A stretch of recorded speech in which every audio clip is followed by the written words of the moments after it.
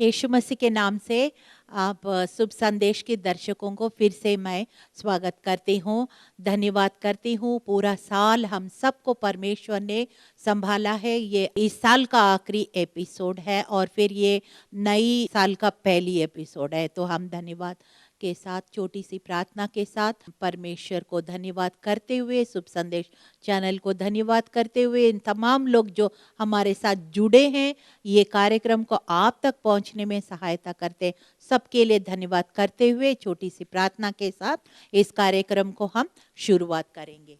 प्रभु परमेश्वर पहला कुरिन्थियों 1 अध्याय और 30वां पद में लिखा है, यीशु मसीह है जो परमेश्वर की ओर से हमारे लिए ज्ञान ठहरा है, धार्मिकता ठहरा है, पवित्रता ठहरा है और छुटकारा ठहरा है, हमारा उद्धार दिया है। इन सब बातों के लिए हम धन्यवाद करते हुए यीशु के चरणों में बैठते हुए, प्रभु यीशु, हम नया साल के लिए प्रभु जी ये एक नया अभिषेक, ताज़ा अभिषेक, नए रेवलेशन के साथ प्रभु नया साल की हम प्रभु यीशु संदेश आपके द्वारा हम सुनेंगे। प्रभु केवल बोलने वाला मैं हूँ, जबान मेरा है, लेकिन वचन आपका है। प्रभु सारा आदर और महिमा केवल तुझको देते प्रभु यीशु, हम घटे आप बढ़े, यीशु मसीह के जीवित और सामर्थी नाम से मांगते, आमीन। पिछले साल जब नया साल का 2020 का जो संदेश जब दिया था, मुझे कोई भी आइडिया नहीं थी,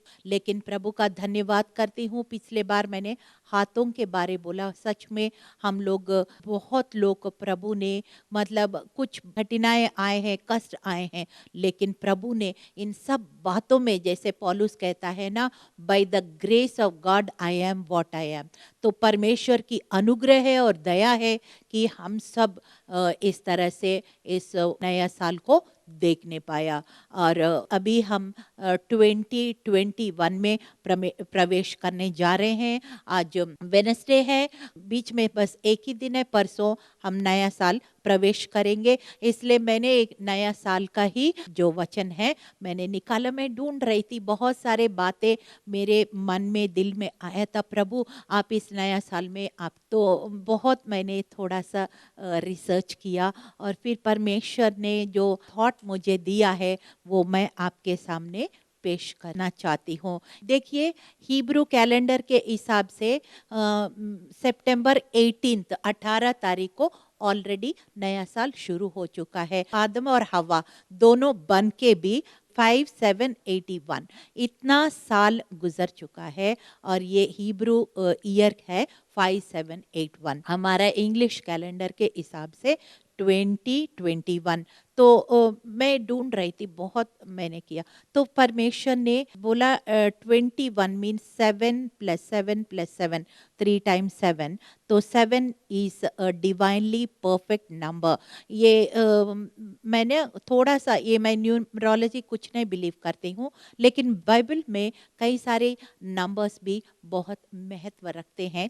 तो मैं ढूंढ रही थी, तो 2021 का ही मैंने स्क्रिप्चर निकाला है और फिर पूरा बाइबल में से निकाला है, तो 16 स्क्रिप्चर्स, 16 वचन निकला है। 16 अगेन, 1 + 6 = 7।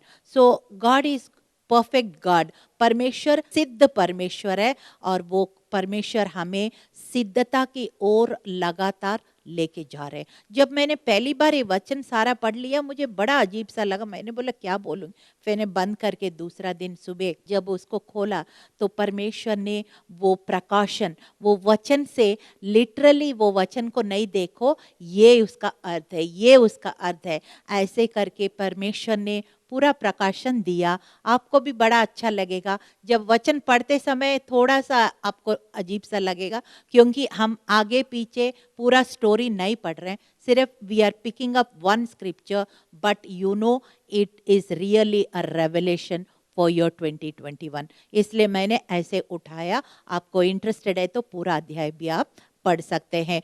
सबसे पहले निकाला है कि निर्गमन का 20 का 21 हम पढ़ते हैं, जल्दी से हम पढ़ते हैं। और वे लोग तो दूर ही खड़े रहे, परंतु मूसा उस घोर अंधकार से समीप गया जहां परमेश्वर था। देखिए परमेश्वर ज्योति है ना, ज्योति, और चारों तरफ कुछ भी हो। अब यहाँ पे लिखा है कि जो मूसा है वो ही परमेश्वर के समीप तक पहुंच सका, और बाकी लोग दूर से ही देख रहे थे, और देख भी रहे थे, मूसा से बात भी कर रहे हैं, तो भी एक वेल के साथ, मतलब पर्दा के लगा के उस समय बात कर रहे थे।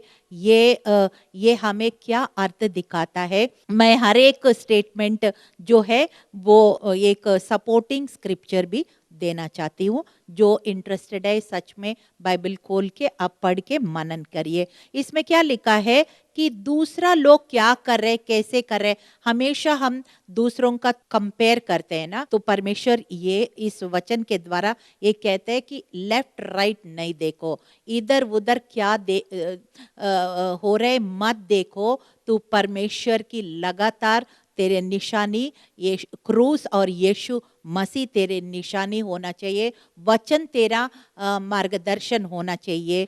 ऐसे एक सेपरेटेड लाइफ, एक पवित्र जीवन को बिताने के लिए परमेश्वर कह रहे मूसा की तरह।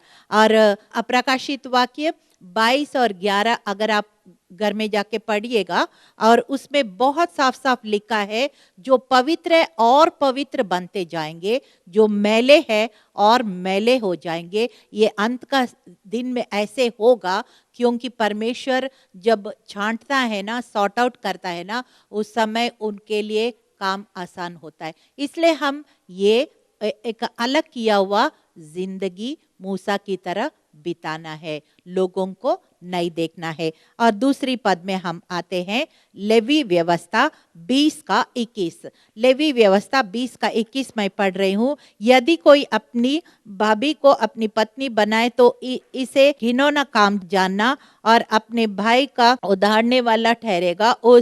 इस कारण वे दोनों निसंतान रहेंगे। इस वचन से हम क्या सीखते हैं? कि हम किसी गलत संबंध में नहीं पड़ना है। जो परमेश्वर की ओर से है वही संबंध हमारा होना चाहिए। हमारा जो फ्लैश, जो शरीर का अभिलाषाएं, कुछ भी हम आते हैं तो उसके ऊपर हम परमेश्वर के वचन के द्वारा जय पाना है। क्योंकि पहला पत्रस 1 और 16 में लिखा है, पवित्र बनो क्योंकि मैं पवित्र हूँ। हम बिना पवित्रता से हम परमेश्वर के वारिस नहीं बन सकते, आशीषों का वारिस नहीं बन सकता है। ये वचन ये दिखाता है कि हम if there are any wrong relationships, any wrong friendship, anything which is not from God, कोई भी ऐसा चीज जो वचन की ओर से, परमेश्वर की ओर से नहीं है, उन चीज से हमको कट ऑफ करना है। क्योंकि बिना पवित्रता से हम परमेश्वर को तृप्त नहीं कर सकते। दूसरे वचन में चलते हैं, गिनती 20 का 21।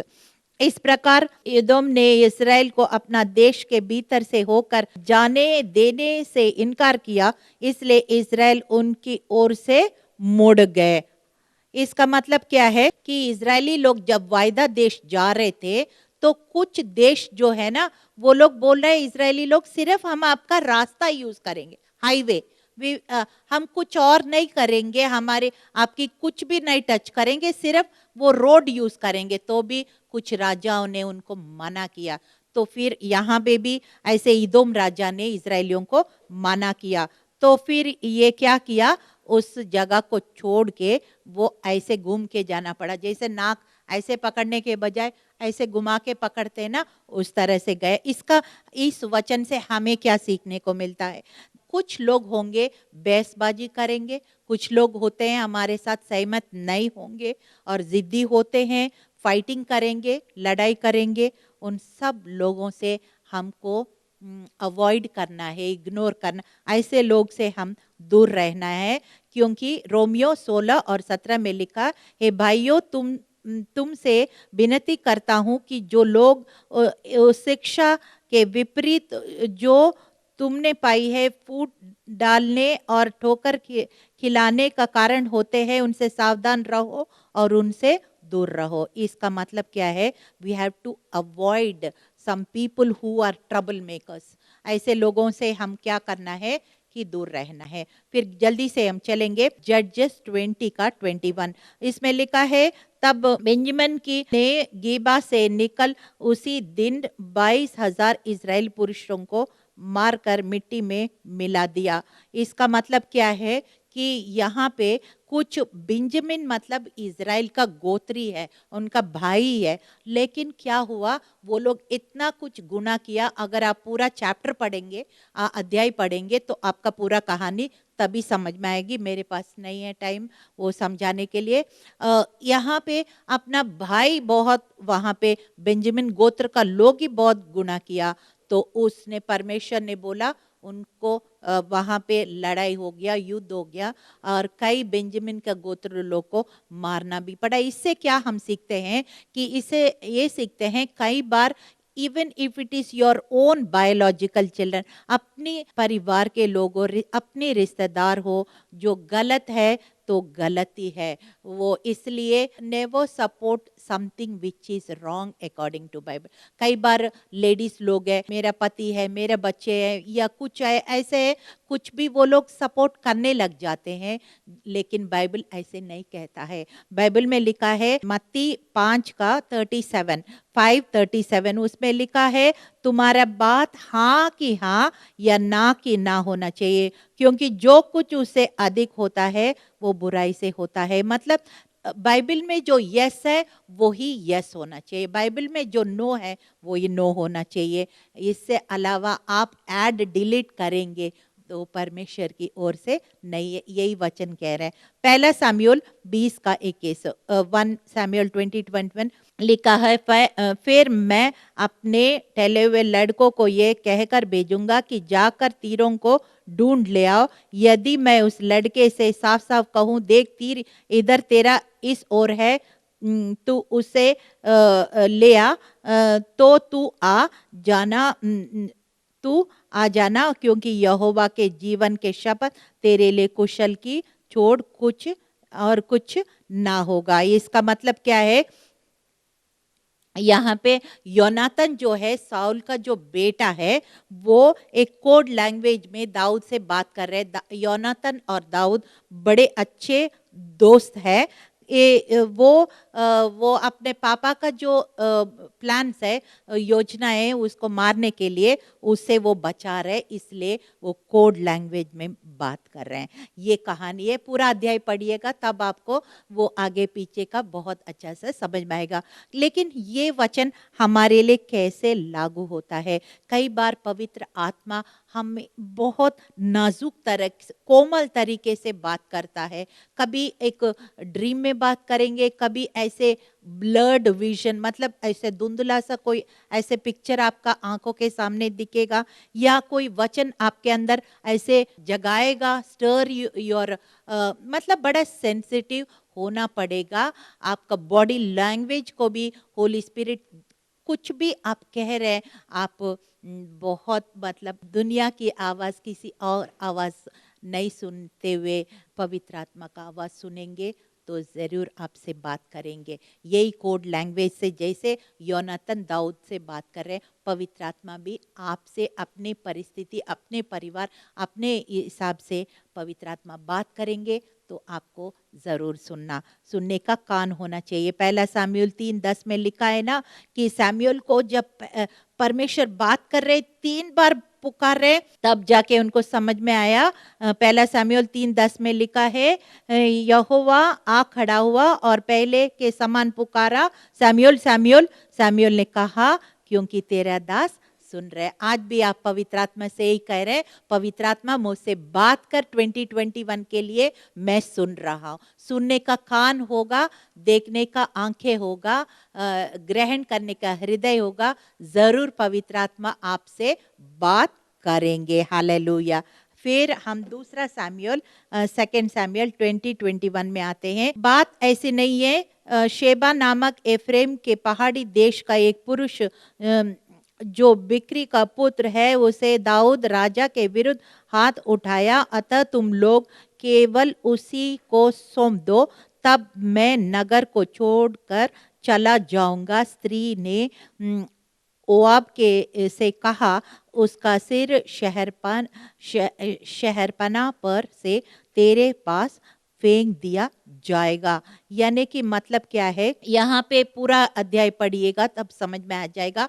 ये एक आज्ञा दी गई है जो राजा का विरुद्ध में काम कर रहे हैं। उस समय पुराना नियम में चलता था, तो उसको मार के उसका सिर, दीवारें बहुत ऊंचे होते थे ना उस समय, तो वो स्त्री को कह रहे वो उसको उस तरफ फेंको। तो उस स्त्री ने आज्ञा पालन की। इसमें हमें क्या समझ में आता है, खास करके मैं सोचती हूँ स्त्री लोग के लिए, कई बार हमें पति का अधीन होना चाहिए और पति का परमेश्वर के अधीन होना चाहिए। और हमारे ऊपर जो अधिकार है, we have to submit to godly authority first and then human authority also।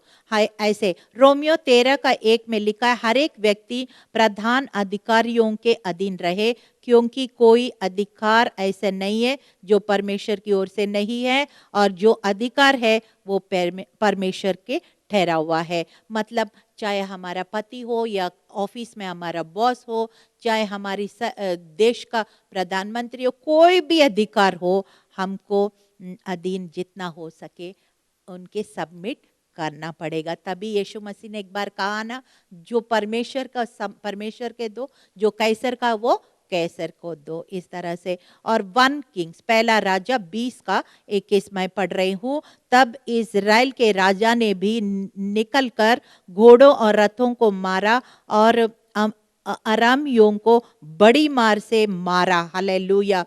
ये यहाँ पे एक स्टोरी है कि जो इज़राइल जो है, जब शत्रु उनके ऊपर चढ़ाई किया है, वो बहुत बड़ी मार को मारा। इसका मतलब क्या है, God has given Israel a great victory. हाँ, पर परमेश्वर ने इज़राइलियों को इस वचन के द्वारा बहुत बड़ी शत्रुओं के ऊपर जय दिया है। हमारे लिए क्या है कि हमारे लिए हमारी जो भी मुसीबत है, चाहे बीमारी हो, चाहे कलेश हो, चाहे पैसा का तंगी हो, या किसी प्रकार की मुसीबत हो, परमेश्वर आपसे कह रहे हैं कि I will give you victory and edge over your enemy. Hallelujah. Psalm 18:47 में लिखा, धन्य है मेरा पलटा लेने वाला परमेश्वर, जिसने देश देश के लोगों को मेरे वश में कर दिया। यानी कि शैतान और उनके दुष्ट आत्माओं को परमेश्वर हमारे अंदर जो पवित्र आत्मा है उसके द्वारा खत्म कर दिया। हालेलुया।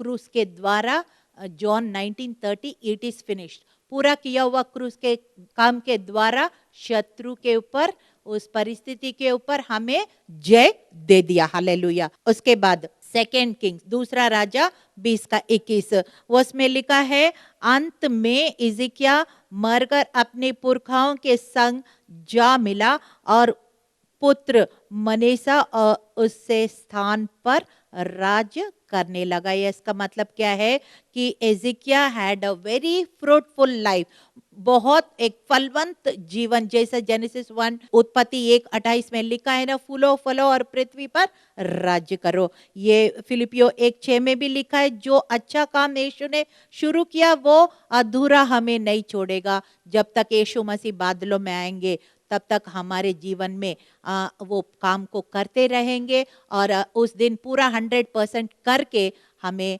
परमेश्वर यीशु मसीह के साथ बादलों में ले जाएंगे। So God is promising you a fulfilled life, मतलब एक फ्रूटफुल लाइफ, एक फलवंत जीवन का एजिकियल की तरह हमें परमेश्वर वायदा कर रहे हैं। ये वचन से यही हमें समझ में आता है। दूसरा इतिहास 20:21, और उसमें क्या लिखा है, तब उसने प्रजा के साथ सम्मति करके कितनों को ठहराया, जो पवित्रता से शोभायमान होकर हथियार बंदो आगे आगे चलते हुए यहोवा के गीत गाओ, और ये कहते हुए उसकी स्तुति करो, यहोवा का धन्यवाद करो, क्योंकि उसकी करुणा सदा की है। साम 149:6-8 में भी लिखा है, कंठ में परमेश्वर की प्रशंसा और हाथों में दोधारी तलवार ले लो, और वो परमेश्वर जो है वो आपकी ओर से पलटा लेगा और हर एक जंजीर तोड़ देंगे, और प्रतिष्ठित पुरुषों के लोहों की बेड़ियों से जकड़। मतलब क्या है कि हमारी काम है हर परिस्थिति में धन्यवाद करें। मैंने एक एपिसोड भी स्तुति आराधना के ऊपर किया था। यहाँ भी ऐसे ही लिखा है कि हम चाहे लगे ना लगे हम स्तुति करें, परमेश्वर हर बात के लिए हम धन्यवाद करें।